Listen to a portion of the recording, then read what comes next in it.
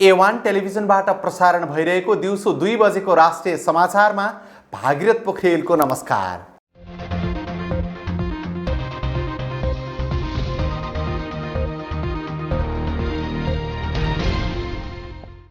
राष्ट्रिय समाचार सुरु गरौं मुख्य खबरहरूबाट। बाली बीमा अनुदान प्रणाली तथा उत्पादन मूल्य श्रृङ्खलामा आवश्यक नीति तयार गरिने। कोभ्याक्स सुविधा अन्तर्गत 1,88,400 डोज मोडर्ना खोप नेपाल आइपुग्यो। ऐतिहासिक तथा पुरातात्विक महत्त्वको सम्पदा काष्ठमण्डपको पुनर्निर्माण सकियो, अब छिट्टै उद्घाटनको मिति सार्वजनिक गरिने। कञ्चनपुर र पर्वतमा ट्र्याक्टर दुर्घटना हुँदा 4 जनाको ज्यान गयो, 34 जना घाइते। राप्रपाको नयाँ नेतृत्व चुन्न आज निर्वाचन हुँदै।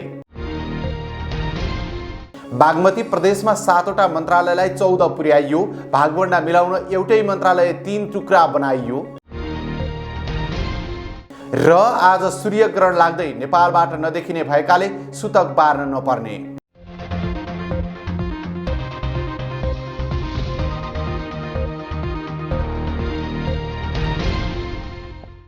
अब पालो विस्तृत राष्ट्रिय खबरको सुरुमा बालीको बीमा अनुदान प्रणाली तथा उत्पादनको मूल्य श्रृङ्खला सहित विभिन्न क्षेत्रमा आवश्यक नीति तयार गरिने सम्बन्धी प्रसङ्ग। राष्ट्रिय कृषि नीति अनुसन्धान केन्द्रले बालीको बीमा अनुदान प्रणाली तथा उत्पादनको मूल्य श्रृङ्खला सहित विभिन्न क्षेत्रमा आवश्यक नीति तयार गर्ने भएको छ। पछिल्लो समय बाली बीमा अनुदान प्रणाली, मूल्य श्रृङ्खला, विविध प्रविधि तथा यसको प्रभाव र सामाजिक आर्थिक पक्ष जस्ता विषयको चासो बढेको भन्दै केन्द्रले आवश्यक थप नीति बनाएर सरकारलाई निचोडका रूपमा दिने भएको छ। अर्थतन्त्रको मुख्य आधार नै कृषि क्षेत्र भएकाले यसमा देखिएका समस्या तथा समाधानका चुनौती पहिचान गरी आवश्यक नीति बनाउने र भएका नीतिलाई परिमार्जन गर्न लागेको राष्ट्रिय कृषि नीति अनुसन्धान केन्द्रले जनाएको छ।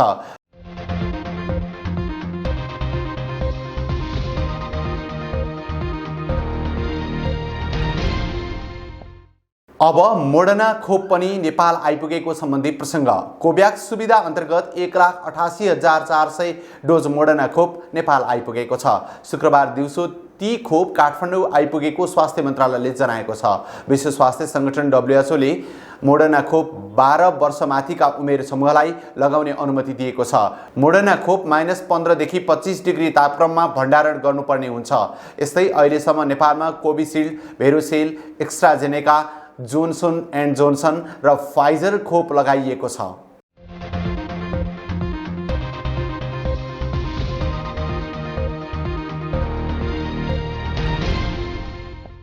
अब काष्ठमण्डपको पुनर्निर्माण सकिएको सम्बन्धी प्रसङ्ग। ऐतिहासिक तथा पुरातात्विक महत्त्वको सम्पदा काष्ठमण्डपको पुनर्निर्माण सकिएको छ। काष्ठमण्डप पुनर्निर्माण समितिले पत्रकार सम्मेलन गर्दै काष्ठमण्डपको पुनर्निर्माण सम्पन्न भएको घोषणा गरेको हो। 2072 सालको भूकम्पले भत्काएको काष्ठमण्डपको पुनर्निर्माण सम्पन्न भएको र यस पटक भने देशका विभिन्न ठाउँबाट ल्याइएका काठहरू काष्ठमण्डप बनाउन प्रयोग गरिएको समितिका अध्यक्ष तथा बागमती प्रदेशका सांसद राजेश साक्यले बताउनु भएको छ। उहाँले भूकम्प अघिको संरचना प्रयोग भएका काठ 5औं शताब्दीका भएको तर काष्ठमण्डप 7औं शताब्दीमा निर्माण गरिएको बताउनुभयो। यस्तै अध्यक्ष साक्यले अब चाँडै नै काष्ठमण्डपको उद्घाटन गर्ने मिति सार्वजनिक गर्ने पनि बताउनु भएको छ।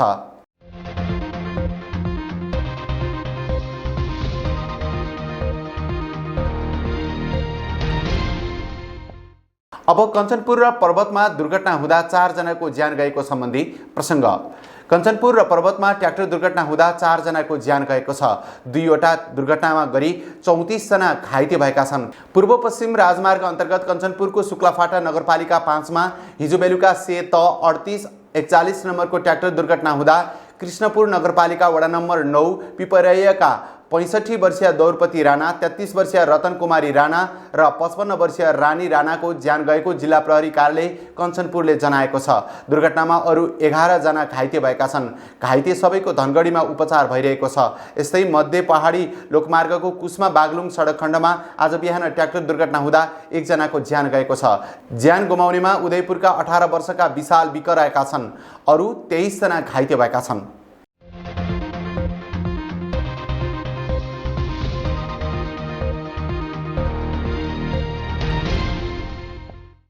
अब राप्रपाको नयाँ नेतृत्व चुन्न आज निर्वाचन हुँदै सम्बन्धी प्रसङ्ग। राष्ट्रिय प्रजातन्त्र पार्टी राप्रपाको नयाँ नेतृत्वका लागि शनिबार आज निर्वाचन हुँदैछ। 3 दिनदेखि जारी एकता महाधिवेशनको आज निर्वाचन हुन लागेको हो। प्रत्येक 4 वर्षमा हुने महाधिवेशनमा यो पटक भने 3 अध्यक्ष रहेको राप्रपाले 1 अध्यक्ष चुन्न लागेको छ। यसअघि एकीकरण हुँदा पार्टीमा 3 अध्यक्ष थिए।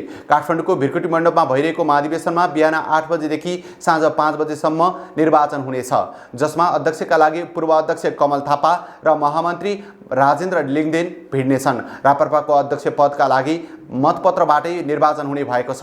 यस्तै पदाधिकारी र केन्द्रीय सदस्यमा भने विद्युतीय मतदानको व्यवस्था गरिएको बताइएको छ।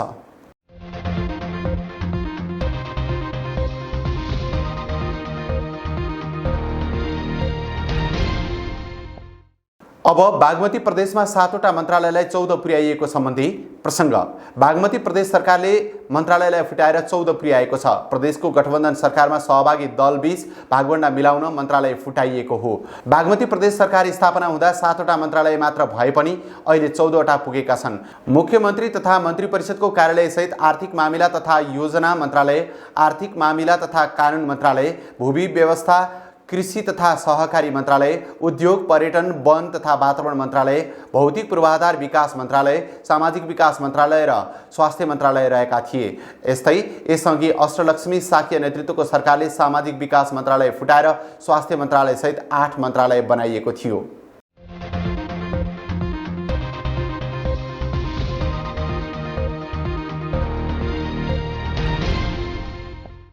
र खबरको अन्त्यमा आज सूर्यग्रहण लाग्दै सम्बन्धी प्रसङ्ग। आज सूर्यग्रहण लाग्दैछ। सूर्यग्रहण दक्षिण अमेरिका, अस्ट्रेलिया, दक्षिण अफ्रिका र दक्षिण एन्टार्क्टिका देशबाट मात्रै देख्न सकिने खगोलविदहरूले बताएका छन्। झन्डै 4 घण्टा 8 मिनेट लाग्ने सूर्यग्रहण नेपालबाट भने नदेखिने पञ्चाङ्ग निर्णायक समितिका सदस्य सचिव सूर्यप्रसाद ढुङ्गेलले बताउनुभयो। उहाँका अनुसार यो ग्रहण नेपालमा रात परेपछि मात्रै लाग्ने, यसको प्रभाव नेपालमा नरहने भएकाले सुतक बार्न नपर्ने उहाँले बताउनु भएको छ।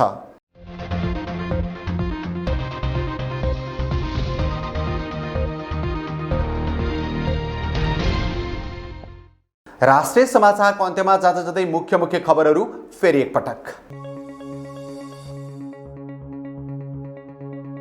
बाली बिमा अनुदान प्रणाली तथा उत्पादन मूल्य श्रृङ्खलामा आवश्यक नीति तयार गरिने। कोभ्याक्स सुविधा अन्तर्गत 1,88,400 डोज मोडर्ना खोप नेपाल आइपुग्यो। ऐतिहासिक तथा पुरातात्विक महत्त्वको सम्पदा काष्ठमण्डपको पुनर्निर्माण सकियो, अब छिट्टै उद्घाटनको मिति सार्वजनिक गरिने।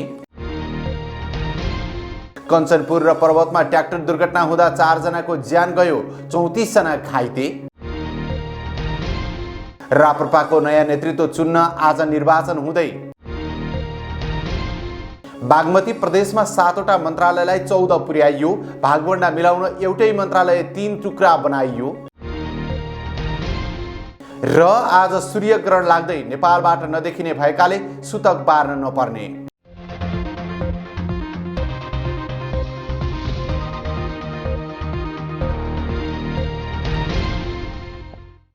अवस्था अहिलेलाई राष्ट्रिय समाचार यति नै। फेरि पनि बाँकी समाचारहरू लिएर उपस्थित हुने नै छौँ। तबसम्मका लागि A1 टेलिभिजन हेर्दै गर्नुहोला। दिउँसो 2 बजेको समाचारबाट हामीलाई बिदा दिनुहोस्। नमस्ते।